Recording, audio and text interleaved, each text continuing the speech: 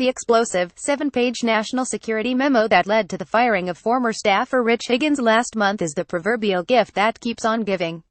Following earlier reports that detailed its more alarming components, Foreign Policy on Thursday got its hands on a full transcript of the memo and published it online.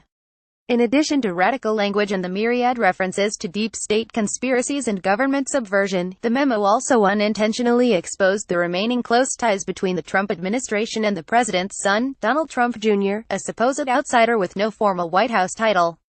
According to two sources who spoke with the outlet, Trump Jr. was one of the people who received the emailed memo, despite not having the proper security clearance or any official position in the Trump administration that would warrant such a transmission.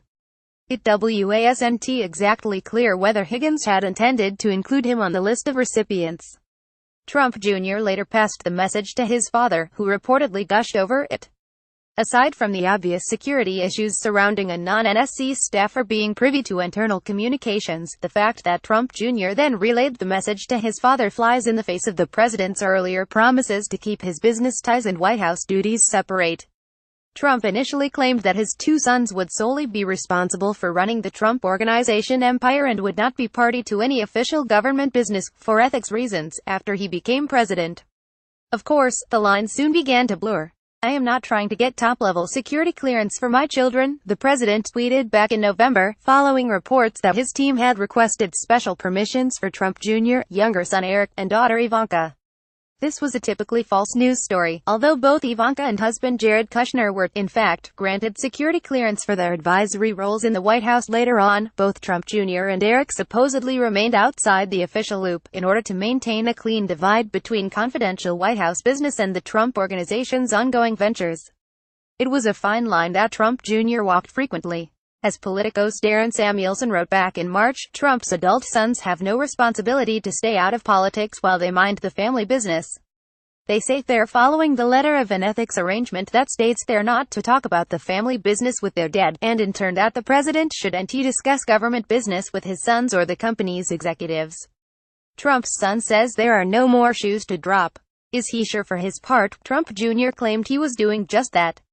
"I basically have zero contact with my father at this point," Trump Jr. told a group of GOP donors at a Trump campaign event back in March, according to NBC News. Still, he admitted, the transition back to the business world had been tough. "I thought I was out of politics after Election Day and would get back to my regular life and my family, but I couldn't," he said. "Deals are still exciting, but when you're the sort of guy out there every day, 247, fighting in this thing, it's like a great fight." The political mire was apparently too hard to resist. On Twitter, Trump Jr. has made it his mission over the past few months to dispute any negative news affecting the White House, arguably acting as an unofficial mouthpiece and giving interviews when necessary.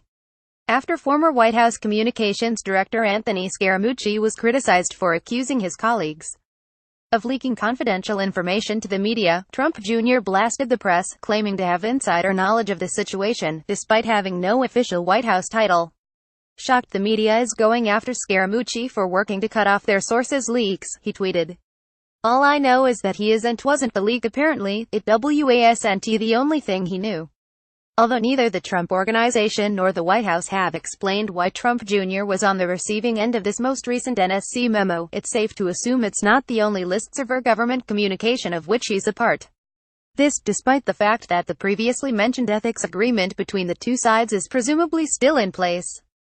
It's unclear how, and especially why, Don Jr. received the memo, Salon's Angelo Young wrote on Friday.